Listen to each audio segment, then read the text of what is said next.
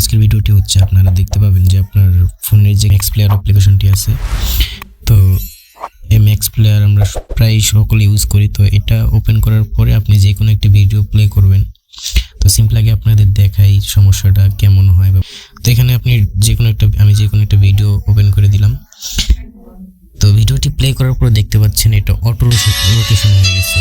তো auto rotate হয়ে গেছে। তো এটা কিভাবে অফ করবেন? তো এটা অফ করার জন্য আপনাকে চলে যেতে হবে আপনার ম্যাক্স প্লেয়ারের যে প্রোফাইল অপশনটি আছে, এখানে মি লেখা দেখতে পাচ্ছেন।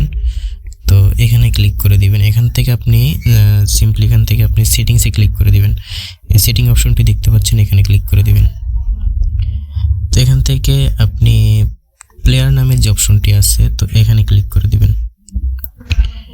দেখতে পাচ্ছেন এই প্লেয়ার নামক যে অপশনটি আছে, তো এখানে ক্লিক করে দিবেন।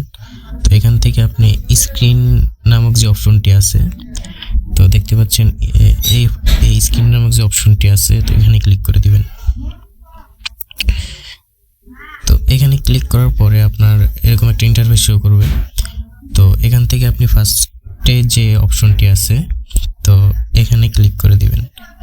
এই ফার্স্টের অপশনটিতে ক্লিক করে দিবেন। ক্লিক করার পরে এখান থেকে দেখতে পাচ্ছেন ইউজ সিস্টেম ডিফল্ট।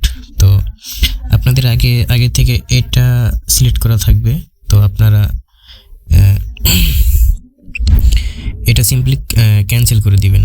তো এটা ক্যান্সেল করে দিবেন। এটা ক্যান্সেল করার পরে আপনি এখান থেকে দেখতে পাচ্ছেন ইউজ সিস্টেম ডিফল্ট। তো এটা ক্লিক করে দিবেন। তো এটাতে ক্লিক করার পরে জাস্ট এখান থেকে ওকেতে ক্লিক করে দিবেন। তো এই ওকে অপশনটিতে ক্লিক করে দিবেন। তো দেখতে পাচ্ছেন এখানে ক্লিক করে দিলাম।